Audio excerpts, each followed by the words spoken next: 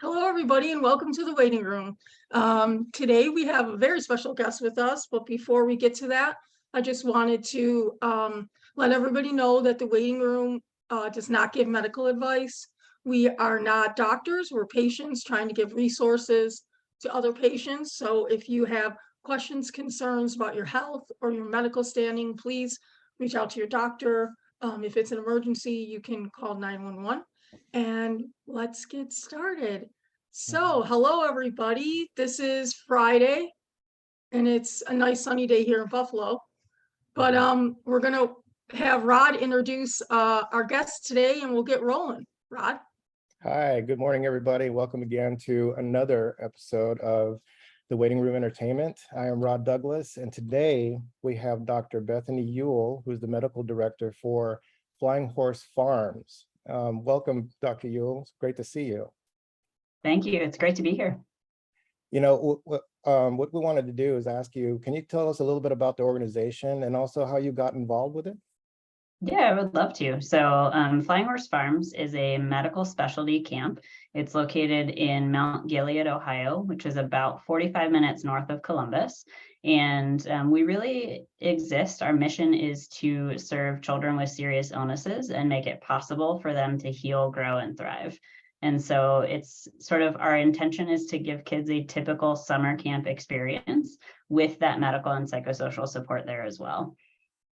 That's fantastic. Yeah, and so how I got involved, sorry, I meant to answer the second part of your question too, is it was sort of just a serendipitous chance event that I found camp. I grew up going to summer camps. I worked at a summer camp for 6 years through high school and college. I've always loved camping and only stopped working at a camp when I went to medical school because those two worlds didn't seem like they could be together. And so then as I kind of was in my pediatrician working life, I stumbled upon the camp and the job posting for medical director and just sort of immediately fell in love with the idea of combining my passions of summer camp and pediatric high quality care. And it just sort of was this is too good to be true, and looked into it, and that's how I found my way to camp. And I've been there over a year now. That's fantastic. So what type of programs are offered, and can people apply online? Yeah, absolutely. So we have several different camp program offerings, from family camps where a whole family can come if their children has a serious illness to our traditional summer camp programs. So we have summer camps through the whole summer, and we do diagnosis specific groupings. So we have a heart camp, we have pulmonary camp, we have rare diseases camp, really based on what those particular needs of that camper population is. So for example, during heart camp, we have a cardiologist that's there for that medical expertise. Have a generalist that's there, you know, an ICU doctor or a pediatric emergency medicine doctor, really making sure that we're matching the expertise to the campers that are there. And then we have 24/7 medical support on site. So we have a full WellNest, which is our urgent care in the woods. And it's staffed round the clock with nurses, physicians, social workers, child life specialists, really across the board. We make sure that we're equipped to handle anything that might come up for that camper while they're at camp, because we'd really love to keep them there and, you know, be able to give their medicines, do their cares, whatever might be needed while they're there. That is fantastic. Are there other locations in the States? So we're part of a broader network called the Serious Fun Children's Network, which was founded by the actor and philanthropist Paul Newman. And so there are 9 camps in the United States, from, you know, Connecticut to California, really across the board. We're the location in the Midwest. That's fantastic. That's amazing. Yeah. So we heard that you're going to be doing Rare Disease Day with us at the Nationwide Children's Hospital. How did you kind of get involved with them? I mean, I know like Children's Hospital and you guys are a children program, but was there like an event that you kind of, were you asked by the hospital? How did you kind of get involved with doing that?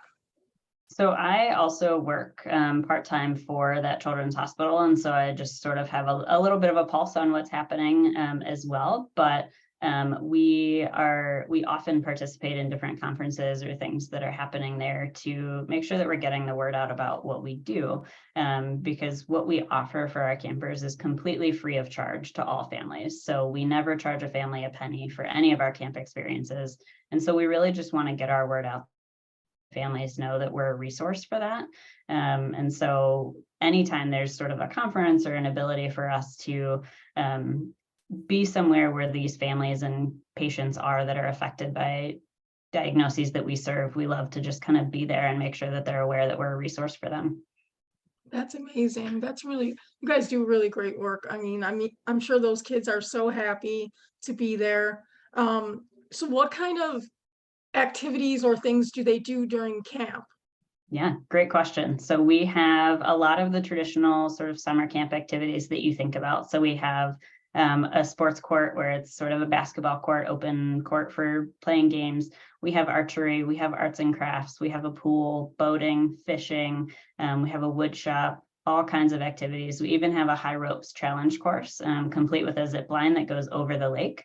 And so if you imagine kind of a camper that might have an oxygen tube or a G tube going across a zip line, or being able to swim, and us, making adaptations to really work around whatever medical equipment they might need, whether it's a wheelchair, an oxygen tank, any of that, we're going to figure out how to make it work for them to participate in every camp activity that we can, and making sure that everybody has equal opportunities while they're at camp. That is awesome. I wish I went to this camp when I was little. I mean, Sounds even fun. though I was pretty normal when I was little, I wasn't sick yet, but that sounds like an amazing camp.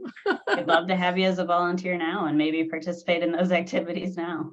That would be awesome. That would be my next question. So if somebody wanted to volunteer or give their time, how do they go about doing that? Yeah, all of the information is on flyinghorsefarms.org. So if you want to sign up a camper, if you're interested in volunteering, if you want to donate to help us kind of continue this mission and move it forward, all of that information is going to be on flyinghorsefarms.org. We have camper applications are open now and they're due April 3rd. So I would strongly encourage anybody that's interested to kind of get that application going. We do still have spots in most of our camp weeks, and we would love to host people, in whatever diagnosis week fits their needs. And then we're always taking volunteers too. We rely on about 800 volunteers a year just to do our camp programs. And so we would love, bring a friend, bring some coworkers, really get a group together and make it a fun event, and just watch these kids truly thrive and enjoy life and forget that they have these other medical diagnoses that they're dealing with. Oh, that's amazing. That's really great. Thank you for doing that kind of work. I mean, I know it's very challenging and at times can be